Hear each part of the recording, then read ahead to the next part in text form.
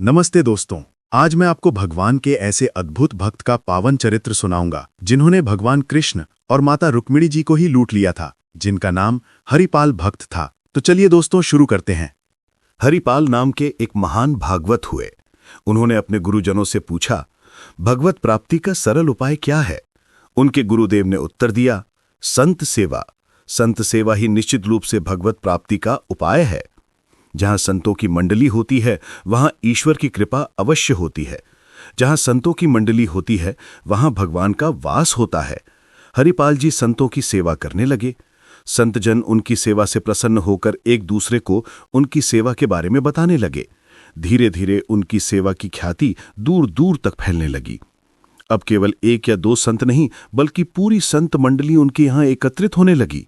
अन्य तीर्थों से आने वाले श्रद्धालु भी हरिपाल जी के स्थान पर रुकते, क्योंकि वहां संत सेवा और भगवत भजन का अद्भुत वातावरण था। हरिपाल जी ने संत सेवा के लिए अपनी सारी संपत्ति समर्पित कर दी। हरिपाल जी संत सेवा में इतने तल्लीन हो गए कि जो भी उनके पास अन्न धन या संपत्ति थी वो सब धीरे धीरे समाप्त हो गई। संतों की भीड़ रोज बढ़ती गई। उन्होंने अपनी जमीन बेच दी, कीमती गहने बेच दिए और जो भी संचित संपत्ति थी उसे संतों की सेवा में लगा दिया।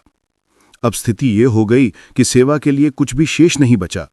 जब संतों को भोजन कराने के लिए धन नहीं रहा तो उन्होंने बाजार से उधार लेना शुरू कर दिया। हजारों रुपए का कर्ज हो गया।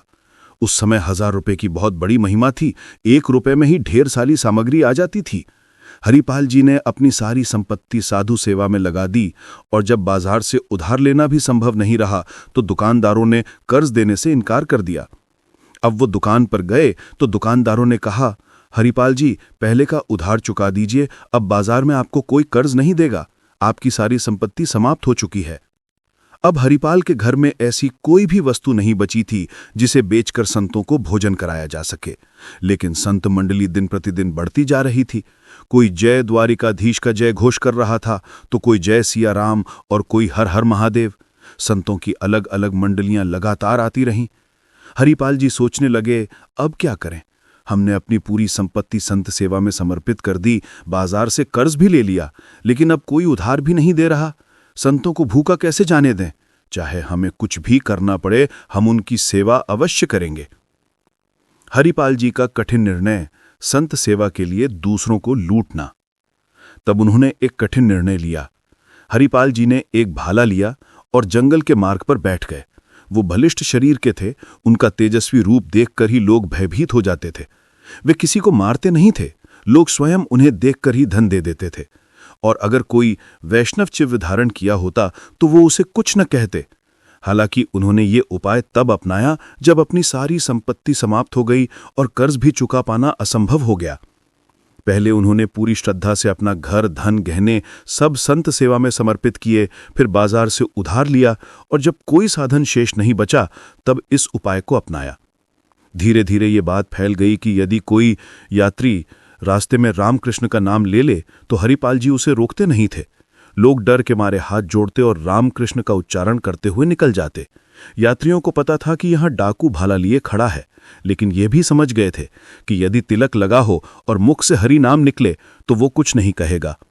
धीरे धीरे ये स्थिति हो गई कि जंगल से गुजरने वाला हर व्यक्ति तिलक लगाकर और नाम जपते हुए जाने लगा। भले ही वे अपने जीवन में पहले कभी हरि नाम का स्मरण न करते हों, लेकिन इस मार्ग से निकलने के लिए वे अवश्य ही नाम स्मरण करने लगे। इस प्रकार हरिपाल जी के प्रताप से पूरे क्षेत्र में नाम संकीर्तन की धारा बहने लगी। लेकिन इस वजह से अब उनके लिए किसी को भी लूटना मुश्किल हो गया और फिर एक बार संत सेवा के लिए धन की कमी होने लगी। हरिपाल जी के लिए संकट का समय।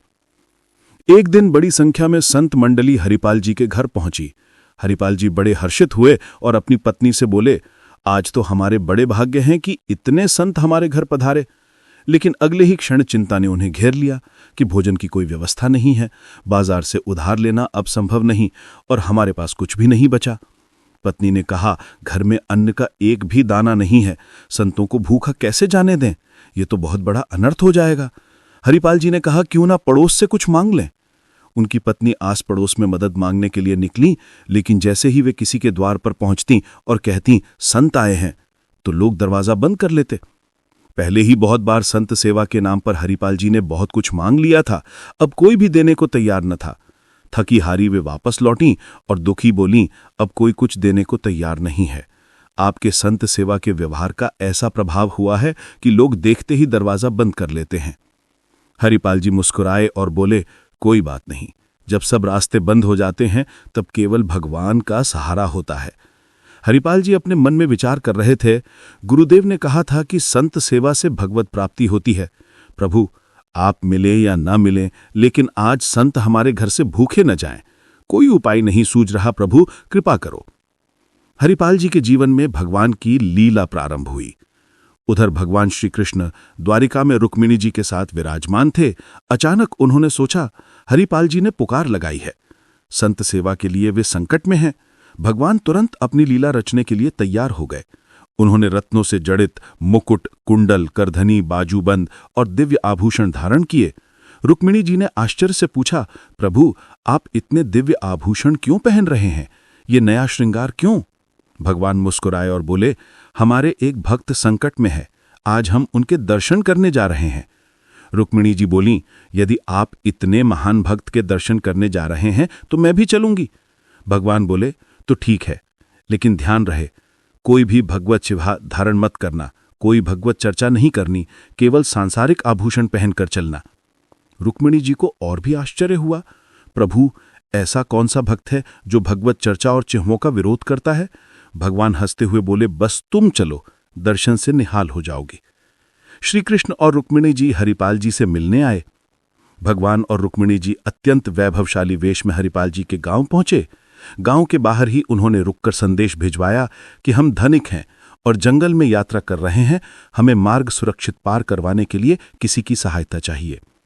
हरिपाल जी को जैसे ही ये समाचार मिला, उनका मन प्रसन्न हो गया। उन्होंने सोचा, अरे ये तो स्वयं भगवान की कृपा हुई, इन धनिकों की मदद से संतों की सेवा का प्रबंध हो सकता है। हरिपाल जी बाहर आए और देखा 2 अति सुंदर रत्न जड़ित आभूषणों से सुसज्जित स्त्री पुरुष खड़े हैं। भगवान बोले, हमारे पास स्वर्ण मुद्राएं हैं, यदि तुम हमें जंगल पार करवा दो तो हम कुछ धन तुम्हें दे देंगे। हरिपाल जी ने सोचा, आज तो मेरे जीवन की सबसे बड़ी सफलता है, इतने धन से महीनों तक संतों की सेवा हो सकती है। भगवान की लीला देखिए, जो स्वयं भक्तों को भवसागर पार कराते हैं, वे हरिपाल जी से कह रहे हैं, हमें जंगल पार करवा दो। भगवान ने मांगी हरिपाल जी से सहायता। हरिपाल जी को शक न हो, इसलिए भगवान उनसे व्यापारियों की भांति वार्तालाप करने लगे। भगवान बोले, हम बड़े व्यापारी हैं, हमारे पास बहुमूल्य आभूषण और स्वर्ण मुद्राएं हैं। हमें जंगल पार करना है, लेकिन वहां लुटेरों का भय है। यदि तुम हमारी सहायता करोगे तो हम तुम्हें 1 स्वर्ण मुद्रा देंगे। हरिपाल जी भीतर ही भीतर प्रसन्न हुए। हरिपाल जी ने भगवान से कहा, आप निश्चिंत रहें, मैं आपको जंगल पार करा दूंगा।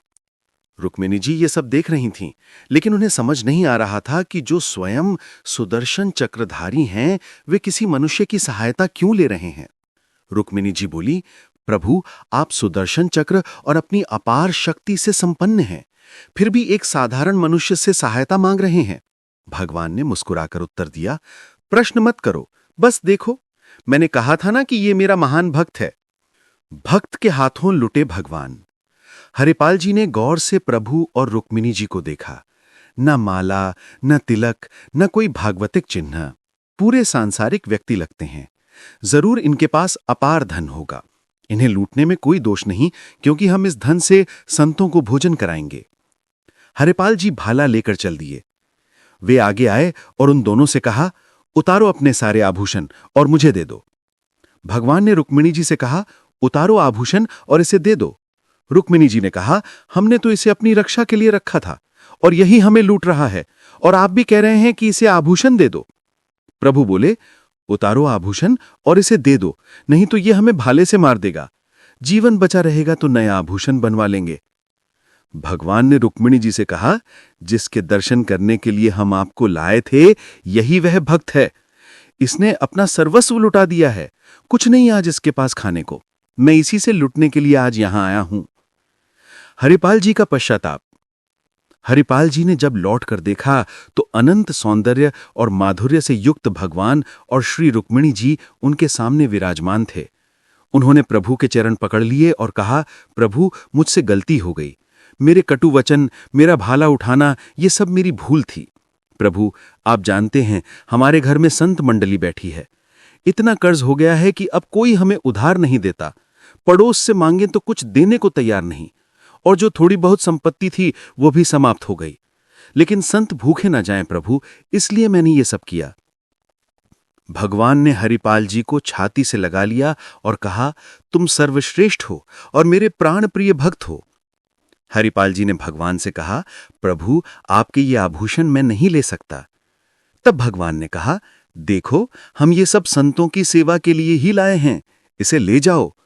ये महालक्ष्मी के अंग के आभूषण हैं। यह कुल परंपरा के अनुसार बढ़ेंगे, कभी घटेंगे नहीं।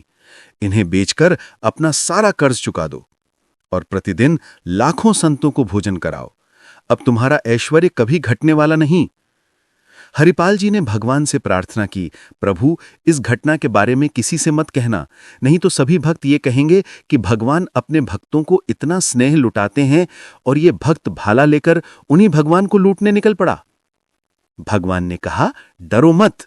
यदि कोई इस चर्चा को सुनेगा भी तो वह तुम्हें आदर्श मानकर संत सेवा करेगा और मेरी प्राप्ति का उपाय सोचेगा, ना कि तुम्हें दोष देखेगा। संतों का सौभाग्य। भगवान के दर्शन के पश्चात हरिपाल जी ने कहा, प्रभु, जब आ ही गए हो तो लगे हाथ भंडारा पाकर जाओ। भगवान मुस्कुराकर बोले, निश्चित रूप से। जहां हमारे संत भोजन करते हैं वहीं हम प्रकट होते हैं। हरिपाल जी की वजह से उस भंडारे में उपस्थित सभी संतों को भगवान का साक्षात्कार हुआ। सभी संतों ने साक्षात द्वारिकाधीश और श्री रुक्मिणी जी के दर्शन किए। भोग बनाया गया और संतों ने तभी भोजन ग्रहण किया जब पहले भगवान ने भोग स्वीकार किया। फिर उनका उच्छिष्ट यानी प्रसाद संतों ने ग्रहण किया और संतों और भगवान का उच्छिष्ट हरिपाल जी ने पाया। इस कहानी से हमारे लिए सीख, जब भी साधु सेवा का संयोग बने तो नाच उठो कि हमें आज जीवन का परम लाभ मिला है। साधु सेवा निश्चित रूप से भगवत प्राप्ति कराती है।